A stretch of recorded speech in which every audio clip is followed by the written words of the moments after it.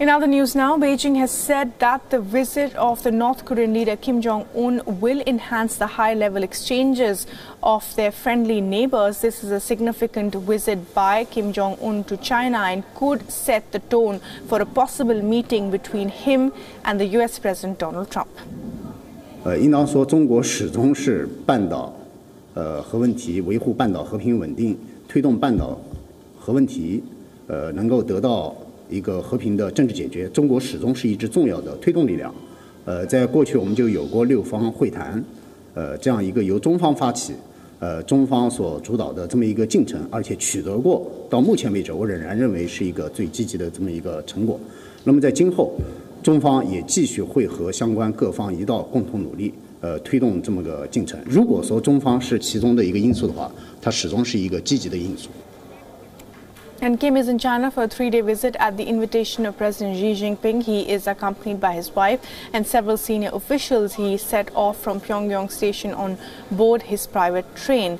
And well, last year Kim traveled to China 3 times for meetings with President Xi. China is North Korea's most important economic supporter and its main source of trade as well as money. Pyongyang also sees Beijing as a key diplomatic ally despite worries over its nuclear and missile programs. 김정은 위원장의 중국 방문이 한반도의 완전한 비핵화와 항구적 평화 정착에 기여하기를 기대합니다. 남북, 북중, 북미 간 교류가 서로 선순환해서 하나의 관계 발전이 다른 관계의 진전을 이끌어냈으면 합니다. 특히 김정은 위원장의 4차 방중이 2차 북미 정상회담으로 가는 디딤돌이 되기를 희망합니다. The visit comes amidst reports of preparations for a second summit meet between Kim Jong-un and the U.S. President Donald Trump. Japan's chief cabinet secretary has said that Tokyo as well is closely monitoring the North Korean leader's visit to China. 国としては重大な関心を持って情報収集、分析に努めており、今後中国側からしかるべき説明を受けたい、このように思っております。 Analysts believe that Kim Jong-un's surprise trip to China could be about a new round of talks about the Korean Peninsula. The visit may also be seen as a signal to President Trump that he has options other than dealing with the U.S. in the event of Washington-Pyongyang talks not meeting his expectations. 전략적 소통을 한다는 것은 이제 비핵화 의지를 갖고 적극적으로 움직인다 이런 이제 모습으로 비춰줄 수도 있고 또 다른 한편으로는 미국이 그 협상에 적극적이지 않으면 전통적인 북중 관계를 복원해서 근거리 버텨내겠다 하는 2가지 메시지가 있다고 볼 수 있겠습니다. And while it may be recalled that Kim did not meet President Xi during the first 6 years of his leadership, he broke new ground last year with his first meeting, which has now been followed by multiple ones. None of the 4 visits, however, were announced in advance. 그 힘의 공백을 이제 중국과 함께 동맹 체제를 유지하면서 메우고 또 이제 경제 발전을 위해서도 중국이 도움이 절실하다는 측면에서 중국 역할에 대한 북한의 생각이 상당히 크다 이렇게 볼 수 있겠죠. And while the Prime Minister of Norway, Erna Solberg, inaugurated the 4th edition of the Raisina Dialogue in New Delhi, and the theme of the dialogue this year is a world reorder, new geometries, fluid partnerships and uncertain outcomes. The Indian Prime Minister Narendra Modi and the External Affairs Minister Sushma Swaraj were also present at the event.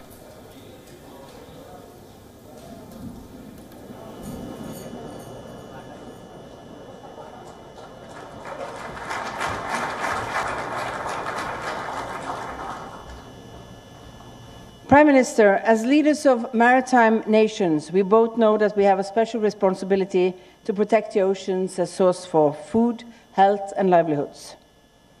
Ambitious new initiatives have been launched to develop India's blue economy. Prime Minister Modi has presented a vision of sustainability and growth for all people in the region. One of the goals of my government's ocean strategy is to promote sustainable value creation and employment in ocean-based industries. Our ambition is to facilitate the transfer of expertise and technology across industrial sectors. For instance, Norwegian technology developed for the offshore gas and oil sector is now being used in aquaculture and renewable energy installations like offshore wind. If we are to build a sustainable ocean economy, we must stop the degradation of the world's marine ecosystems. And earlier in the day, the Prime Minister of the two countries held bilateral talks at the Hyderabad House. The two sides reviewed the progress made in bilateral cooperation and discussed ways to further expand the multifaceted partnership in areas of common interest. In a joint statement, the two sides expressed hope for a good bilateral partnership on several fronts, including ocean exploration and business trade deals. And Erna Solberg's three-day official visit to India ends tomorrow. Well, today was the second day of engagement of Norwegian Prime Minister's three-day India visit, and the most important day of engagement. She met the Indian Prime Minister. Both held discussions on regional and global issues. The focus was on ocean economy. A document was also exchanged, and both agreed that Norwegian companies can invest in India's port development, especially in India's Sagarmala project. The Norwegian Prime Minister focused on sustainable development goal. Remember, this is the third meeting between the Indian Prime Minister and the Norwegian Prime Minister. They first met on the sidelines of the G20 summit in Hamburg in 2017, followed by the the Made in India Nordic summit, which took place in Stockholm last year. And finally, she is here. She, of course, will be addressing the Raisina dialogue. But other than that, the focus was also on how to increase engagement between India and the rest of the Europe. She, of course, lauded India, saying that India is an important power, the largest democracy, and both Norway and India can help in a rules-based order. And well, a visit to a beach turned into a nightmare for thousands of people in Australia's Gold Coast. They were all stung. It's among the most unusual of animals. It's an ocean-dwelling invertebrate. It's characterized by its jelly-like body, and it has a wicked sting. It's called the jellyfish, and it can give nightmares to beachgoers. Jellyfish are found in all oceans. They're often found drifting along the shoreline. Scientists say most live only for a few weeks, but some survive up to a year or maybe more. Jellyfish can be anywhere from 2 to 40 centimeters in diameter. But their small lifespan or size must not be mistaken for weakness, as thousands of people in Australia's Gold Coast found out. Over the weekend, Surf Life Saving Queensland has seen an increase in bluebottle activity across the coastline.